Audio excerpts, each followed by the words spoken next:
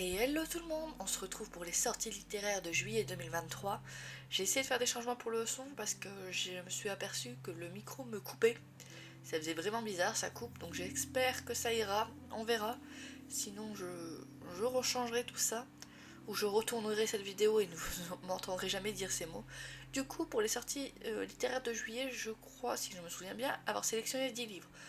Il n'y a pas grand chose, mais il y a quelques trucs. Il y a beaucoup de sorties poches, de mangas, et quelques sorties brochées de nouvelles sorties. Commençons donc avec la première sortie.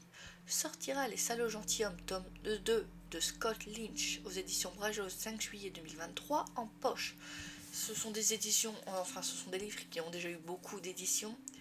J'avais déjà mis le 1 pour les sorties de juin il me semble, et le 3 sortira en août.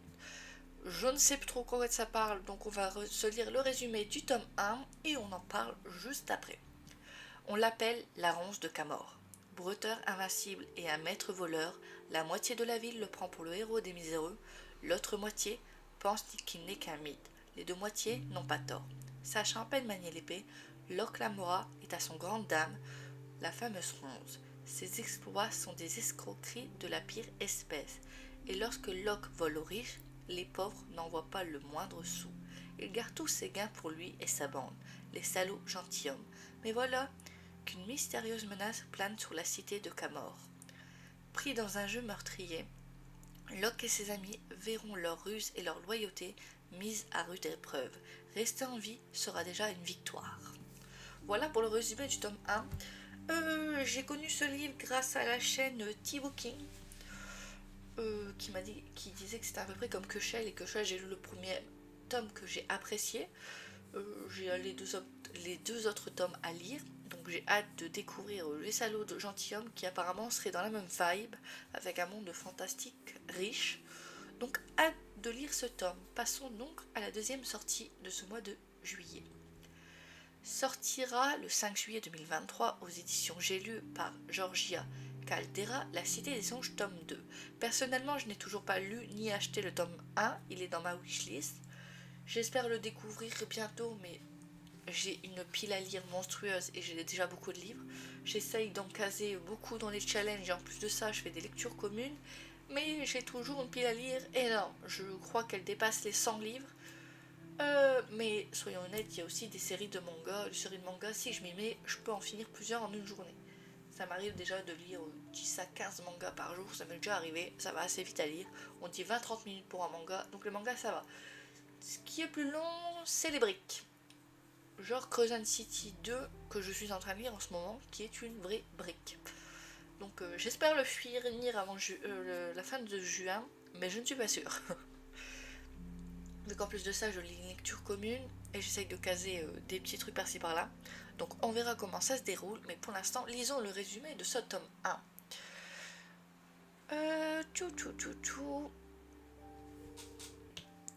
Dans un monde à la surface fracturée, où les populations vivent recluses dans d'immenses tours royaumes, un danger de plus en plus grand pèse sur l'humanité, sous la forme d'une titanesque créature. Chaque élu serait capable, selon d'antiques légendes, de chevaucher des dragons tempêtes et de trouver la cité des songes. Ultime refuge permettant d'échapper aux créatures des abîmes, mais qui sont-ils? Auréa, chasseuse de la tour du printemps, et Roxiane, fils du roi de la tour de Givre, seront-ils s'allier malgré ce qui les oppose et déjouer les pièges de la cour, s'affranchir des luttes de pouvoir et fédérer les derniers royaumes survivants afin de combattre ensemble le dévoreur. Désolée, j'ai un peu bugué dans cette lecture, mais c'est... je laisse tout, je fais au naturel, vous voyez comment je bégaye et je bug. Du coup voilà, j'avais bien aimé le résumé du tome 1, mais j'ai attendu sa sortie d'avoir des avis de booktubers et c'était assez mitigé. Donc j'attends un petit peu avant de commencer cette saga, mais je la commencerai bientôt. D'abord je finis quelques sagas et après je commence des sagas, même si à mon avis quelques sagas vont être commencées d'ici là. Ensuite, troisième livre de ces sorties littéraires, Styx Rider tome 6 de Calypso Caldin, édition Hugo Roman le 5 juillet 2023. C'est une sortie brochée, Personnellement, j'ai connu ces livres grâce à Kimi Collection. Je vais les prendre mais en poche personnellement. J'aime bien comment ils rendent en poche les livres. Je vois la différence entre mes poches et mes brochets. Je préfère vraiment le rendu poche. Et n'oublions pas le prix. Hein. Sans se mentir, ça coûte moins cher de prendre des poches que des brochets. Même si du coup on doit attendre les sorties plus longtemps. Donc voilà. On va se lire le résumé du tome 1 qui, soyons honnêtes, ne vous spoilera pas du tout le tome 6 ni le tome 2, rien du tout. Parce qu'on suit les Styx Riders, mais on suit à chaque fois des personnes différentes de ce groupe. Donc dans le tome 1, c'est la colère d'Hadès, donc on suit celui qui représente Hadès. Et dans le tome 6, vous voyez qu'on suit la trahison de Charon, donc ce sera un rapport avec Charon. C'est tout ce que je peux vous dire. En poche, je crois qu'il y en a 3 ou 4 sorties actuellement. Il n'y en a pas beaucoup. Mais lisons quand même ce petit résumé du tome 1, même s'il n'a rien à voir avec le tome 6, à part que c'est le même groupe. La colère. C'est le sentiment qui guide Ash depuis que sa fiancée l'a quitté le jour de leur mariage. Il y a 10 ans, aussi solitaire qu'Hadès dans son royaume des enfers, il partage sa vie entre son salon de tatouage et les Styx Riders, le club des Wickers, qui est pour lui plus qu'une famille. Sergent d'armes en son sein, il laisse libre cours à sa rage pour mettre au pas les ennemis du MC. Mais tout change le jour où Eden apparaît dans son existence. Elle-même fille de Bickers, la pétillante fleuriste dégage une joie de vivre qui perce aussitôt les défenses d'Ash, ramenant enfin la lumière dans son monde obscur. Pour elle, parviendra-t-il à trouver le chemin de l'apaisement? Donc ça, c'est le résumé du tome 1, pas du tome 6. Mais du coup, en new roman, je vais être honnête avec vous, je crois que je n'ai lu que des romances de Noël. Donc ça va me changer de toutes mes lectures actuelles qui sont plutôt de la fantasy ou du fantastique. Mais j'ai quelques Hugo romans, c'est surtout des cadeaux, on va pas se mentir. Mais oui, je compte me lancer dans de la new romance, mais il y aura un petit sondage sur la chaîne, je pense, pour savoir parmi toutes ces séries là que je vois dans ma bibliothèque, laquelle devrais-je commencer. Voilà. Pour Styx Riders, donc n'oublions pas, chaque tome suit des personnages différents, un peu à la Bodyguard ou les Campus Driver, je crois que c'est dans le même genre. Je n'ai pas encore lu ni Bodyguard ni Campus Driver, ce sont des cadeaux qui sont dans l'armoire, enfin dans la bibliothèque. J'espère les commencer un jour, mais j'avoue qu'en ce moment j'ai plus envie de fantasy. Mais on va essayer de s'en caser un par-ci par-là. Ça va être un petit challenge cette année d'essayer de s'en caser quelques-uns. Sortira le 5 juillet 2023 aux éditions J'ai lu de Sally Green, Les voleurs de fumée tome 2. Je vais vous lire le petit résumé du tome 1. C'est une sortie poche, j'ai oublié de préciser. Ils sont déjà tous sortis en brochet, mais ils commencent à sortir en poche. Personnellement, j'avais mis le 1 dans ma wishlist, mais je ne l'ai toujours pas acheté, comme l'autre série. J'ai tellement de trucs à lire qu'il y a des trucs qui ne passent pas pour l'instant dans la pile à lire. Je compte les commencer un jour, de les lire, ça va rester dans la wishlist et c'est des trucs qui m'intéressent. Mais commençons par le petit résumé. Une princesse visionnaire qui ne laissera personne lui dicter sa conduite. Un soldat idéaliste déchiré entre son cœur et ses devoirs. Une chasseuse intrépide traquant les plus dangereuses des proies. Un traître déterminé à venger le sang de son peuple. Un voleur insaisissable qui multiplie les faux semblants. Un monde immense et magnifique et magique au bord du chaos dont la clé se trouve peut-être au fond d'une bouteille de fumée. Donc je rappelle le titre du premier, c'est Les voleurs de fumée. Les genres de voleurs de fumée sont fantasy, démons, royaume, trahison, amour, guerre. Je sais que je ne l'ai pas dit pour tous, mais on m'a dit que ça ressemblait à une sorte de Hunger Games, donc j'espère que c'est vraiment le cas. J'aimerais d'ailleurs j'aimerais lire les Hunger Games parce que je n'ai vu que les films. Et Kimi Collection, on revient toujours à Kimi Collection, j'ai l'impression, a dit que l'audio était pas mal, donc je me laisserai peut-être tenter par l'audio. J'aime bien voir les différences entre les bouquins et les films, surtout qu'il y a souvent beaucoup de différences. J'ai vu ça notamment avec les Harry Potter pour les films, il y a des personnages qui ne sont pas dans les films, qui sont dans les livres. Et pour une série, j'ai vu ça dans Grisha, donc Shadowbones, je ne sais pas très bien le dire, appelé sur Netflix. parce qu'ils ont mélangé les Grisha et les Seeds of Cross, mais ils ont quand même changé une bonne partie de l'histoire qui n'a rien à voir, notamment au niveau du tome 2 et 3. Le 1 ça va encore, à partir du tome 2 et du tome 3 ça change vraiment pour ces séries, donc c'est pour ça que j'aime bien voir le film et les comparaisons. D'ailleurs, une vidéo se préparera quand j'aurai assez de matière, au moins 5 séries, enfin 5 séries films et livres à comparer, mais on se fera ça. Je ne sais pas si on se fera ça en live sur Twitch, comme ça on en parle tous ensemble, on donne chacun notre avis, ou en vidéo, on verra, il y aura un petit sondage je pense sur YouTube ou Instagram prochainement. Ensuite, sortira le 6 juillet 2023 aux éditions Kion de Kege Akutami, désolé si je le dis mal, Jujutsu Kaisen tome 20 qui sortira aussi en collector, le collector coûterait une vingtaine d'euros. Personnellement, je me prendrais juste le normal, je vais pas mettre 20 euros pour un collector, pour un manga non. Je le fais pour les freerennes, mais les freerennes ne coûtent pas 20 balles. Coûte quoi, 10-12 euros, pas 20 euros le truc. Du coup, je vous fais pas vraiment de résumé, on sait que c'est un jeune garçon qui un jour va manger un doigt, qui va se retrouver avec un ultimatum, soit essayer de devenir... c'est pas Shinigami ici, non, exorciste, voilà, exorciste, ou de mourir, et au fur et à mesure de cet homme, il va se retrouver à manger plein de doigts de ce démon dont j'ai oublié le nom, je ne sais même plus comment ça s'appelle. Et voilà, le petit résumé vite fait, sans spoil, qui dit 3 trucs. Mais j'en parle tellement à chaque fois que j'ai des tomes, à chaque fois qu'il y a une sortie, donc je vais pas vous faire résumer à chaque fois non plus. Et en plus c'est un tome 20. Passons à la catégorie suivante. Ah oui, les disparus du pays imaginaire d'Eden Thomasy, édition Sabran, qui sortiront le 6 juillet 2023. Du coup, c'est une réécriture de Peter Pan, de ce que j'ai compris. J'ai vu le collector sur leur Instagram, il est magnifique. Je risque de craquer pour le collector, soyons clairs. Mais pour l'instant, passons au résumé. Lorsque des enfants disparaissent dans la petite ville d'Astoria, tous les regards se portent sur Wendy. Il y a 5 ans, Wendy a été portée disparue, avec ses 2 petits frères. Elle sera retrouvée au bout de 6 mois, seule dans les bois. Quelques années plus tard, 2 enfants disparaissent à nouveau, rappelant Wendy de nombreux souvenirs.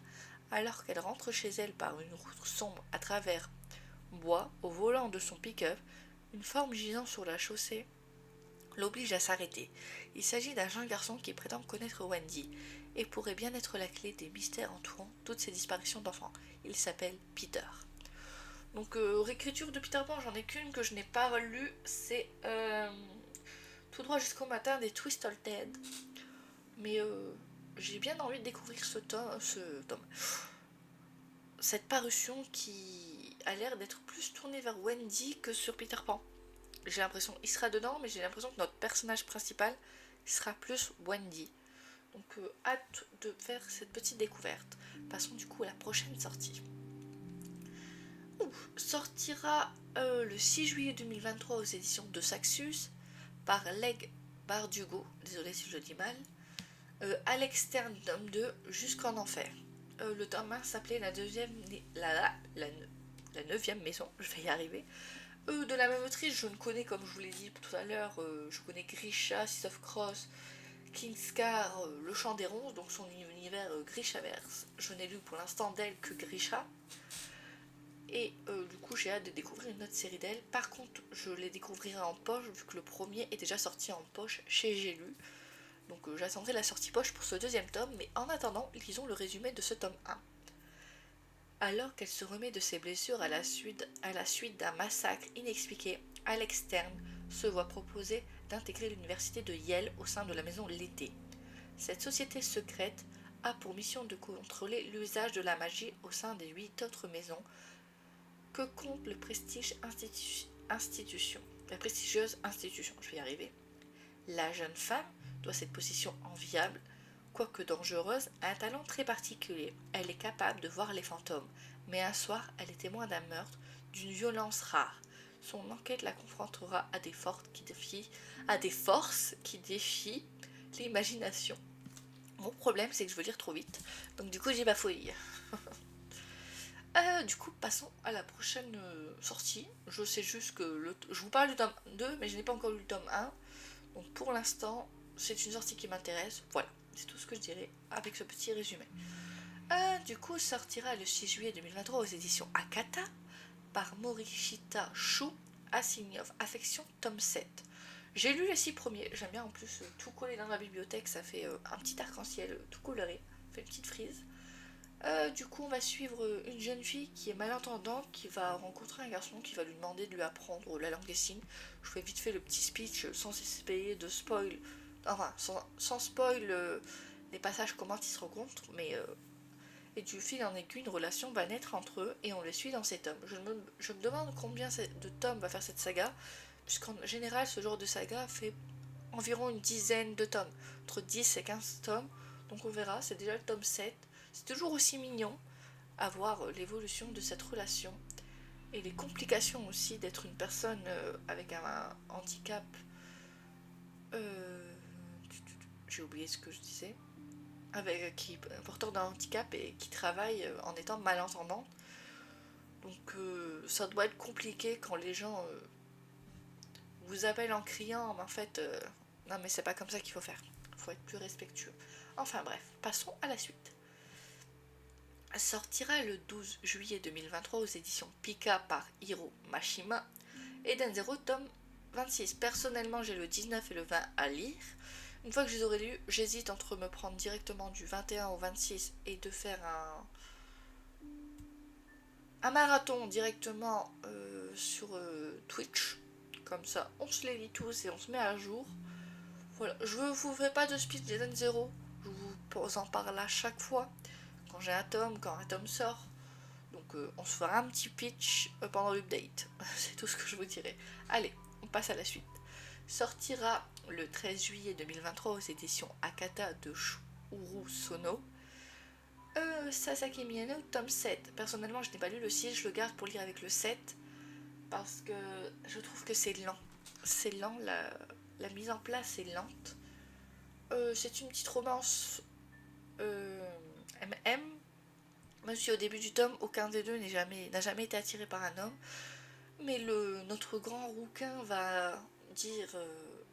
comment dire, va faire sa confession à notre petit bonhomme, et ce petit bonhomme ne sait pas quoi en penser, il n'a jamais été attiré par les garçons. Et on va les suivre en attendant que ce jeune garçon, comprenne ses sentiments, s'il est juste ami ou plus. Voilà. Des sorties que je n'ai pas mis dans ce diapo, mais que je vous parle vite fait, parce que je les ai vues vite fait avant de tourner cette vidéo, donc je vous en parle. City Hunter tome 7, Katsai tome 1, dans les grosses éditions, là, le Katsai ça arrive dans la même édition que City Hunter, hâte de découvrir ça, c'est mon enfance, j'ai grandi avec ces séries. Okuto no Ken, je ne sais plus quel tome on est, personnellement je n'ai que les 5 premiers, donc je ne sais plus lequel c'est, mais voilà, 3 sorties. Ah, il y a aussi Colette Game tome 7 et Shadows Ooze, je ne sais plus où on est. Il me semble qu'il y a ces sorties là que j'ai oublié de mettre dans le diapo, mais que je vous dis vite fait là à la fin. Ce sont que des mangas, mais j'ai oublié de les mettre dans le diapo. Mais au moins vous avez, pour les dates, je vous laisse chercher. Personnellement, j'ai vu les dates sur Manga Collect. Voilà. D'ailleurs, une vidéo se prépare pour Manga Collect. Pour ceux qui voudraient voir un peu comme la vidéo Livre Addict.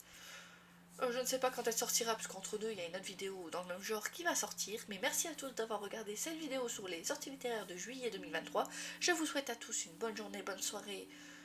Je ne sais pas, bon après-midi, selon l'heure à laquelle vous regardez cette vidéo. À la prochaine, allez, ciao!